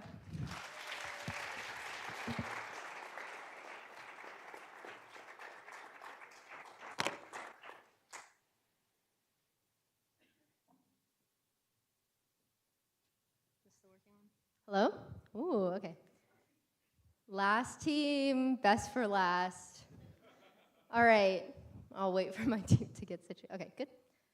All right, so we are the Santos Volpe team. We spent the last year in Scope working with the Santos Family Foundation and the U.S. Department of Transportation Volpe Center. During the past year, we worked to establish a nighttime crosswalk contrast and brightness evaluation method, and we like to call ourselves the data illuminators. Before we start, I'd like to put a little scene in your head. You're driving really fast in the dark, and you're approaching a very dark crosswalk. You have to brake really quickly because you see a pedestrian suddenly crossing the road. The pedestrian's scared, you're scared. It's a very unsafe situation that I think a lot of us may have encountered in the past. And this is exactly the type of situation that we are working to improve and prevent. So let's meet the team. Up here talking to you today, you have me, Natsuki, and Dae-young, and then we have Allison, Maya, and Rucha. So for the past year, our overarching goal was to identify an accessible, sustainable, and time-saving data collection method that would enable municipalities to evaluate which crosswalk lighting projects they should prioritize. But why is our work important? Well, in 2023, over 7,300 people were killed by drivers while walking across the United States. Furthermore, according to the Federal Highway Administration, 76% of pedestrian fatalities occur at night. And nighttime crashes at rural and urban intersections can be reduced by 33 to 38% with well-designed lighting. All of these statistics tell us just how important well-designed crosswalk lighting is at improving fatalities and potentially saving pedestrian lives. Before we head into our solution, I want to provide you with some technical context, specifically on contrast. Contrast is incredibly important to understand for our project, mostly because crosswalk lighting should illuminate the pedestrian with positive contrast to make them more visible to the driver. On the bottom, on the left-hand side, you can see what negative contrast looks like, which is a non-ideal situation, where you can see only the silhouette of the pedestrian, because they are darker while the background is starkly lighter. And this happens when the lighting source is coming from behind the pedestrian. On the right side, you can see what we consider to be an ideal situation with good crosswalk lighting, which is positive contrast, where the pedestrian is well lit and the driver can see them from very far away. In this situation, this is positive contrast is because the lighting is coming from in front of the pedestrian. So for the current crosswalk evaluation process and how across the industry, government contractors like WSP and municipalities might determine whether or not a crosswalk has good or bad lighting, they take a pseudo-pedestrian and they cross them across the crosswalk. They determine at which points of the crosswalk how well lit is the side of the pedestrian is what we call the vertical illuminance. In this process overall, it's a very precise, detailed process that takes a lot of time, resources, and manpower. It also blocks off streets and impedes traffic, and it can only be done at night. And it also is hard to scale without downsampling just because of all of the details and time and energy that it takes. So our solution works to mitigate a lot of these issues, and Dae-young will talk about that now. Yeah, as Suki mentioned, there's a lot of problems with the current way that the crosswalks are evaluated. So we came up with a different method to do this. We basically generate predictions of these contrast types and brightness based on 3 data sets. These are geographic information system data set that contain information about the geography and the spatial information in each row of the data sets. So we use streetlights, road segments, and crosswalks data sets. And in the picture here, you can see kind of a visualization of what they look like. Here is a still capture of our interactive contrast map. You can see that it highlights the contrast type. The text is a little small, but it's saying strong positive contrast based on the configuration of the light and the location of the crosswalk center. Here's a little demo. As you can see, you can interact with the map with your cursor. You can toggle on and off certain features in the map. You can also change the base map layer and also verify that the crosswalk actually exists, as you can see from the satellite image. And there's a lot of crosswalks. There are 10,000 crosswalks just in the city of Boston. There are 70,000 streetlights in the city of Boston as well. And you can see when you zoom out how many crosswalks and streetlights there are. All right, so how do we do this? We started off with our data analysis. We collected and cleaned the crosswalk, streetlight, and road segments data sets that we mentioned earlier. We're not going to get into the actual algorithm of how we got our contrast and brightness proxy values for each crosswalk. And if you're curious, please come to our poster session, and we'd be more than happy to explain how we actually did that. Basically, after doing that, we had a huge data set of our synthesized contrast and brightness values. Next, we had to validate our model. We had to confirm that our predictions were accurate to real life. And this includes field survey. This meant that we were going out in the middle of the night into the city of Boston. You can see Allison standing in the middle of the crosswalk there near Newberry Street. Maybe you'll recognize that if you're local. And we were checking whether our predictions were correct. And afterwards, we tried to spot where our errors were coming from, if there were any. And we determined the reasons for these errors. Some of them included environmental errors, data set mismatch, there could be threshold issues, there were many types. And we repeated this process and continuously adjusted our model until we had time for. So here's a distribution of our evaluated model. This was validated against 66 manually collected crosswalk data. So this meant we went to 66 different crosswalks across different neighborhoods of Boston and did what you saw earlier with Allison in the crosswalk. So you can see that here, the majority of them is a match or a near match. And the very small percentage, 12% of them are opposite. This means that this would be the exact opposite polarity of contrast stack that you would expect, so negative, where it should have been positive. But this was a small minority in the 10,000 crosswalks that we had. And they're 25% off. So overall results, it works really great in simple configurations where there are not many sources of interference in the lights. So for example, building lights, storefronts, decoration lights, and unaccounted for light sources that are not present in the data set. And this also means that up-to-date data set is critical for the accuracy of the result that the model outputs. All right, so to conclude, what impact did we have with this project? Well, to start, we created a novel method to screen pedestrian visibility based on contrast. So instead of doing that very painstaking and time-intensive and resource-intensive process where the pedestrian is crossing the crosswalk and you're judging the illuminance and luminance of the pedestrian, we're instead just looking at a simple prediction of whether or not the crosswalk is in positive, no, or negative contrast. And that will help municipalities narrow down which crosswalks they might need to look into. Second, we drastically reduced the time for rough estimates on the contrast types, like I just explained about how you wouldn't have to go in and do the field data collection. Instead, you could do it with data sets that are publicly available online. And then lastly, we also created a basis for future crosswalk improvement projects and data collection.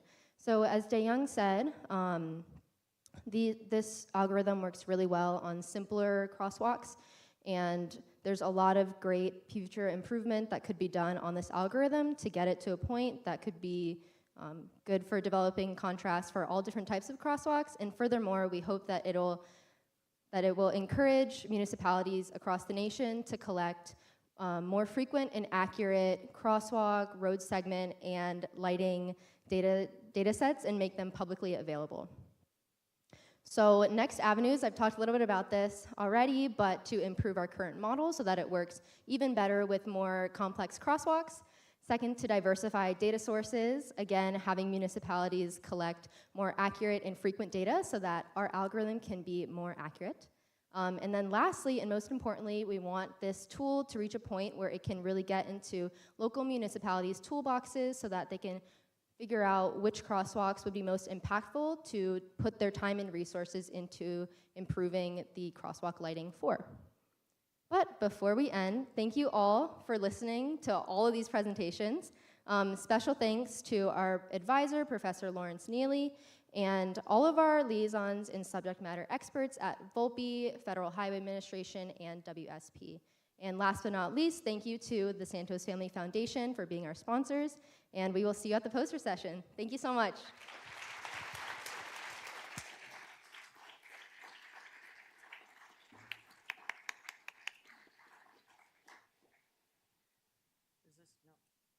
Okay, that's it. This is a wrap of the 20th year. Please, we're going to have 2 of the poster sessions will be down here, that's last year's Blue Origin team up there. So be sure when you go out and look at the posters, you also circle back here. Amazon Robotics will also be down here. So go up and enjoy yourself. Before we wrap up, now that my brain is thinking, I want to thank my fabulous teaching team, where I could not have done the last 3 years without you. I've been very lucky, and I look forward to gazing at my star. I want to thank the students for another great year, for making me glad that I took on this role. All right, I'll see you all out there.